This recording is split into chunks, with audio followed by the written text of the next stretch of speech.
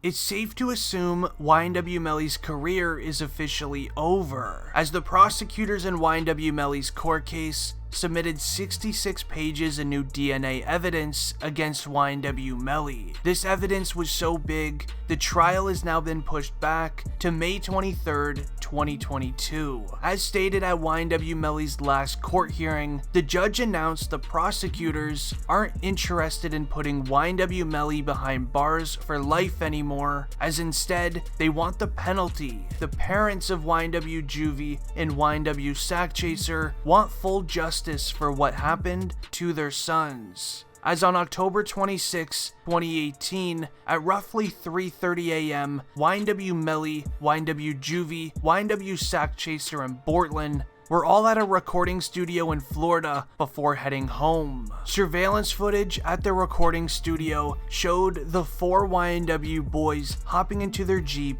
and exiting the block. The driver of the vehicle, being Cortland Henry, otherwise known as YNW Bortland, had YNW Melly sitting directly behind him. Law enforcement were able to use YNW Melly's cell phone that was sitting in his pocket as a GPS tracking device. They noticed that the Jeep was then driving on the side street before heading into a side parking lot where nobody was in sight and it was kind of tucked to the side. Law enforcement believes a distraction was made to catch YNW Juvie and Sackchaser off guard, while YNW Melly in the back left seat did the act towards them in the vehicle. The GPS then tracked YNW Melly stepping out of the Jeep and walking around it in a 360-degree motion, where YNW Melly and Bortland roughed up the vehicle to make it appear as if a drive-by happened to it, as that would then be Bortland's excuse for why YNW Sackchaser and Juvie passed at the hospital. Law enforcement found casings from a firearm on the pavement where the Jeep was located on the GPS. The most concerning part of it all is they found the same firearm casings under the floor mats where YNW Melly was sitting in the vehicle. YNW Bortland then drove Sackchaser and Juvie to the hospital. Mind you, it took them 40 minutes to get their 2 best friends medical attention. Meanwhile, YNW Melly sprinted home on foot. It wasn't until February 13th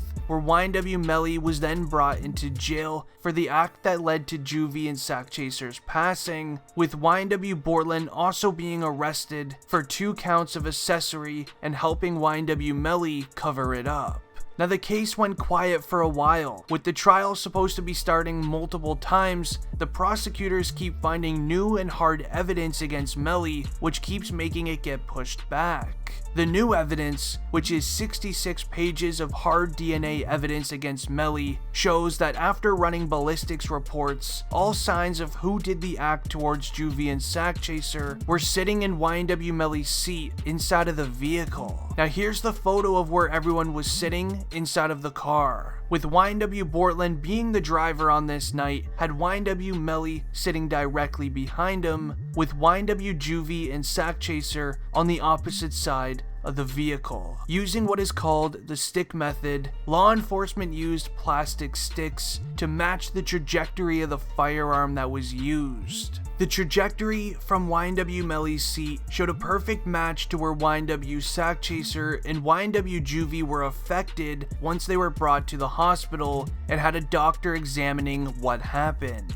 Also, in the new evidence reports, it claims that once the act was done inside of the vehicle, law enforcement were able to use YNW Melly's cell phone as a GPS tracking device, as I mentioned earlier. It's worth noting that the court files actually shows that YNW Melly stepped out of the Jeep and walked around the vehicle at the time law enforcement believes the act was done. Now, as shared in the rest of the evidence files, it states, and I quote, "These particular cell phones, which were both iPhone 10s, were on the T-Mobile network." And so T-Mobile has a very interesting feature where it will tell you the environment the cell phone is in. So from these cell phone records, I can tell you the exact moment demons got out of the car and staged the drive-by location. Now, YNW Melly had a cell phone sitting in his jeans pocket at the time. This one little iPhone could actually make or break this entire court case, as on YNW Melly's personal cell phone,